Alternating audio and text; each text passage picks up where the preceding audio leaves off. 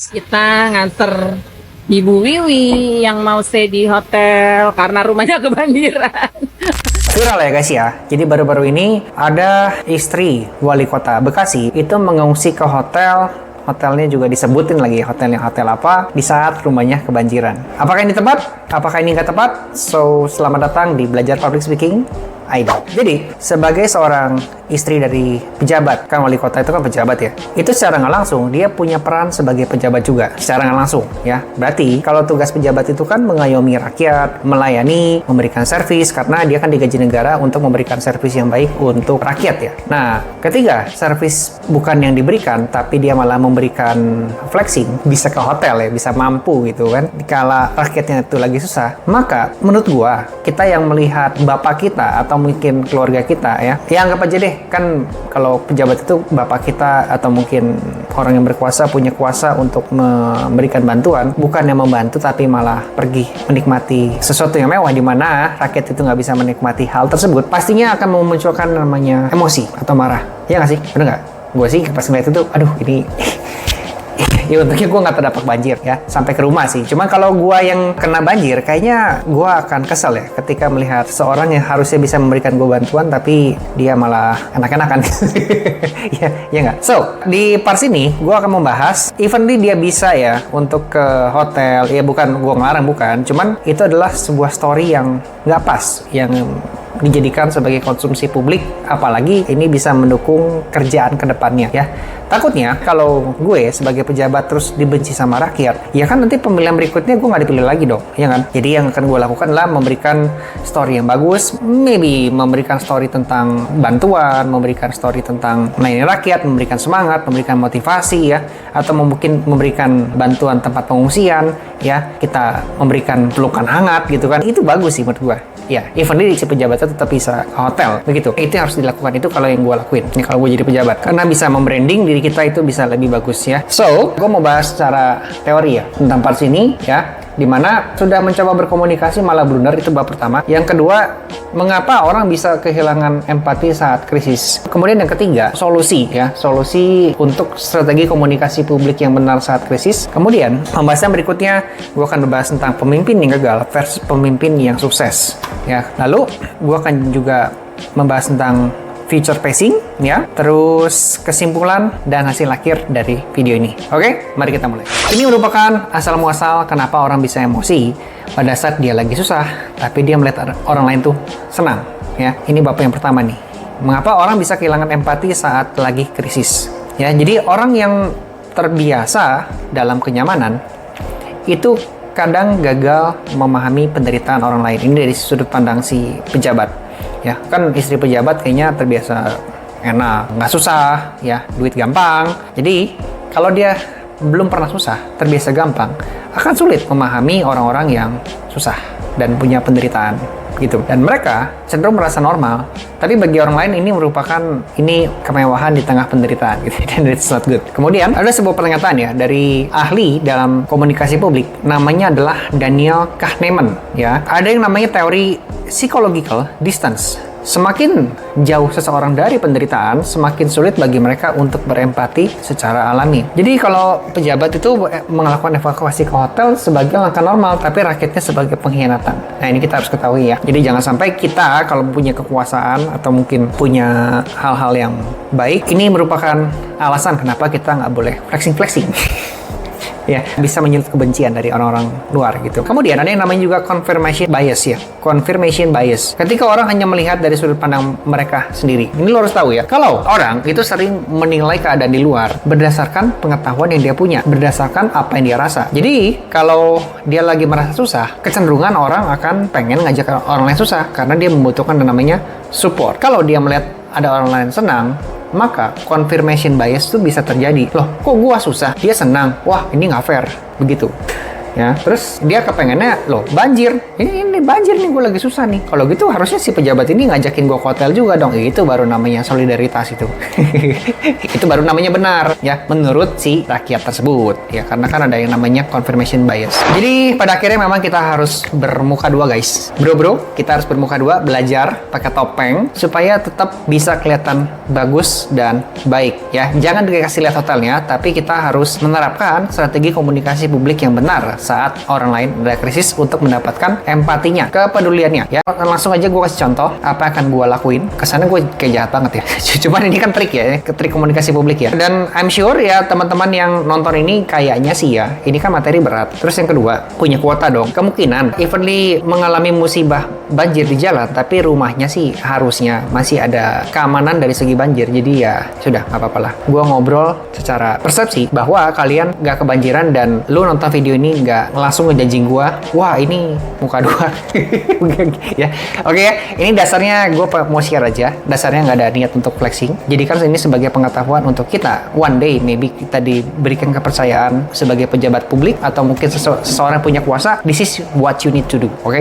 Terhadap orang luar. Ada yang namanya the power of empathetic communication, ya. Jadi lu harus menggunakan bahasa yang menunjukkan pemahaman, bukan pembelaan diri, ya. Jadi lu harus berusaha memahami gitu kan. Jadi bukan bela diri, oke? Tunjukkan aksi nyata sebelum bicara. Jadi beraksi dulu sebelum lu ngomong, ya. Karena reputasi datang dari tindakan, bukan dari kata-kata. Ini prinsip. Yang berikutnya, jangan pernah flexing di tengah krisis. Bahaya, guys, ya, bahaya. Jadi kesalahan umum, ya, kebanyakan orang lakuin. Ini berdasarkan analisa gua terhadap situasi ini. Kami juga terdampak banjir, tapi syukur bisa mengungsi ke hotel. Nah, ini salah. Jadi harusnya gimana? Bukan kata-kata itu yang keluar, tapi kami memahami kesulitan yang dialami warga dan sedang mengupayakan bantuan secepatnya. Nah, ini topeng lu nih, yang harus lu ngomong ke publik ya, yang kelihatan sama orang. Nah, hindari juga postingan di tempat nyaman saat warga kesulitan. Itu nggak bagus.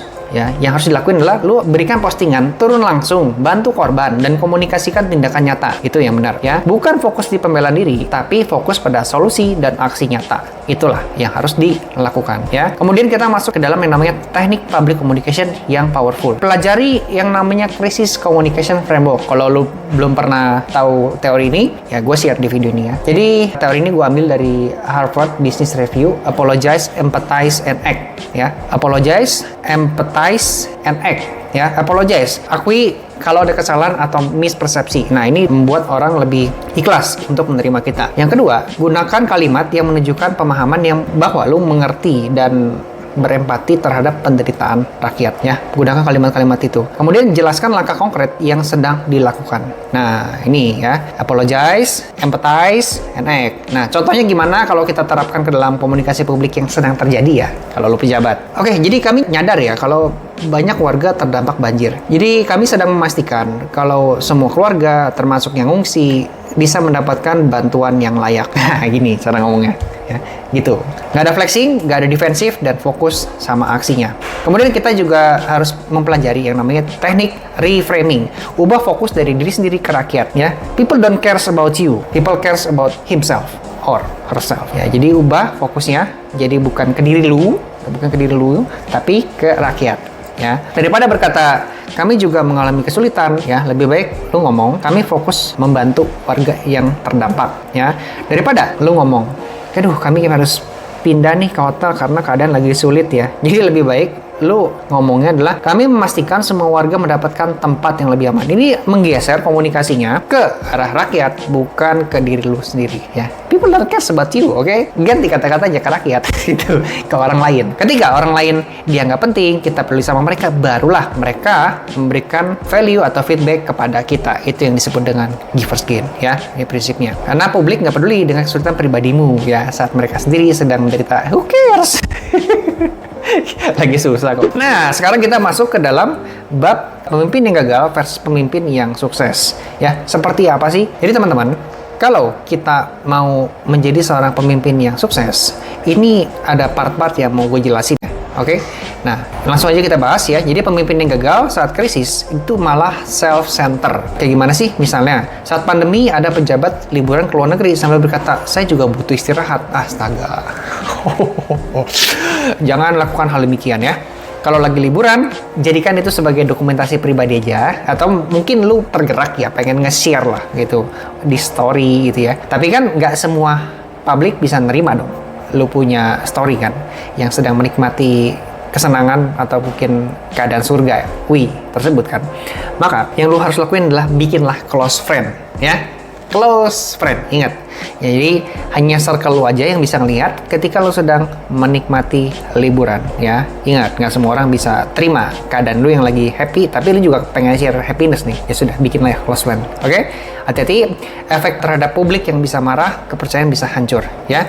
Kemudian, pemimpin yang sukses saat krisis turun ke lapangan. Itu contoh pemimpin yang sukses. Evenly mungkin nggak ngapa-ngapain dia juga ya. Tapi minimal dia turun ke lapangan, menunjukkan kepedulian, menunjukkan empati. Di situ rakyat bisa memberikan yang namanya empati balik atau feedback yang bagus gitu.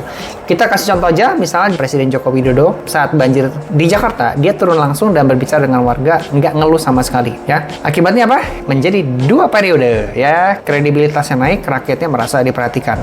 Aksi lebih berbicara daripada kata-kata. Jadi mulai sekarang ya, lu harus mengerti yang namanya teori cognitive dissonance ya. Ini sebagai call to action untuk lu mengambil tindakan sekarang juga dan mengubah persepsi, mengubah habit, mengubah karakter yang tadinya mungkin kurang bagus dan ternyata lu tahu patokan yang bagusnya seperti apa, dan ini yang mau gue sampaikan kepada teman-teman semua. Oke? Nah, kalau kita pengen membangun citra yang kuat, yang dihormati karena komunikasi yang penuh empati, so mulai sekarang lu harus belajar cara komunikasi yang benar. Mulai dari mana? Subscribe dulu channel Belajar Public Speaking ID. Oke? Yang kedua, pahami bahwa publik hanya akan menghormati mereka yang benar-benar peduli. Gini ya, menurut gua, ngomongin soal kepedulian, itu memang bagusnya itu tuh datang dari hati. Karena ketika datang dari hati, kata-kata yang keluar pun, tindakan yang keluar pun akan secara alami dan natural, ya. Jadi kepedulian itu datang dengan cara kita memikirkan efek untuk orang lain terlebih dahulu sebelum memikirkan diri kita. Ya, jadi memang kita harus kayak mengutamakan kepentingan orang lain dulu lah. Oke? Setelah kita mengutamakan kepentingan orang lain, maka orang lain akan memikirkan kepentingan kita. Cuman di part sini pengalaman gua ya, ketika kita terlalu mengutamakan kepentingan orang lain, yang ada kita malah jadi korban. So, teman-teman semua, ada level up atau mungkin kita sebutnya advance level dari memikirkan kepentingan orang lain adalah kita juga harus mikirin impact terhadap diri kita sendiri. Lu boleh ngasih sesuatu buat orang lain, energi, waktu, uang, tapi lu juga harus pikirin, kira-kira ini orang yang gue kasih tepat nggak ya? Kira-kira ini orang yang gue kasih ini bakal manfaatin gue nggak ya? Kira-kira orang yang gue kasih ini ada kemungkinan balas budi nggak ya? Feedbacknya seperti apa ya? Nah, ketika lu sudah menjawab pertanyaan-pertanyaan barusan, nah baru lu tentuin tindakan berikutnya. Apakah lu akan memberikan resources yang sudah kita punya, atau mungkin kita berpikir ulang lah untuk memberikan hal tersebut. Ya, ini dasar pertimbangan dan juga pertanyaan yang lu harus jawab sebelum kita melakukan tindakan yang mana mengutamakan kepentingan orang lain dulu di atas kepentingan kita. Itu poinnya. Jadi memang harus begitu. Ya memang harus begitu. Cuma jangan sampai kita memberikan resources kepada orang yang salah, yang ada lu malah dimanfaatin nanti gitu ya. Jadi kita juga harus mikirin feedbacknya kedepannya akan berimpact untuk kita apa enggak. Lalu hindari flexing saat krisis. Ya, ingat, hindari flexing saat krisis karena itu hanya akan merusak reputasi. Ini ada sebuah quotes ya. Words are free, ya. It's how you use them that may cost you. Ya, words are free. It's how you use them that might cost you. Oke, itu kata seseorang lah. Jadi sekarang kita masuk ke dalam kesimpulan ya, di mana satu, ya, gue punya 5 kesimpulan. Satu, kesalahan terbesar dalam komunikasi publik saat krisis adalah kurangnya empati dan terlalu banyak pembelaan diri. Nggak bagus. Yang kedua, gunakan strategi apologize, empathize, dan juga act. Yang ketiga, jangan flexing, tapi fokus pada aksi nyata. Yang keempat, gunakan reframing, ubah fokus dari diri sendiri ke masyarakat luas. Yang kelima, bangun kredibilitas dengan turun langsung ke lapangan dan transparan dalam berbicara. So, this time for your move. Oke, sampai jumpa di video berikutnya dan jangan lupa untuk subscribe Belajar Public Speaking ID. Teman-teman semua, sebelum gue ngeberesin video ini, gue punya e-course, gue punya e-book, gue punya macam-macam kursus juga di bawah sini. Ya, buat teman-teman yang tertarik untuk belajar strategi komunikasi lebih lanjut, ya, untuk menguasai ilmu public speaking yang lebih advance, yang lebih terstruktur, teman-teman bisa klik link di bawah sini di deskripsi ya. Teman-teman akan menikmati materi yang terkurikulum, terstruktur, dan kalian akan punya skill baru untuk bisa ngomong lebih oke. ya. So kalau lo tertarik, nggak apa-apa, lihat dulu aja ya, siapa tahu cocok, nggak cocok nggak apa-apa. Dan harapan gue, materi-materi yang gue susun ini adalah pengalaman gue pribadi, yang mana I hope this is will help you untuk improve your communication. So lo bisa mengeluarkan ide dari kepala, ide dari hati, digabung, diucapkan lewat mulut, orang ngedengerin, orang mengerti maksud lo. Syukur-syukur orang bisa menerima ide lo, melaksanakan ide lo, dan pintu rezeki lo bakal lebih kebuka ke depan harinya ya. Sampai jumpa di video berikutnya, dan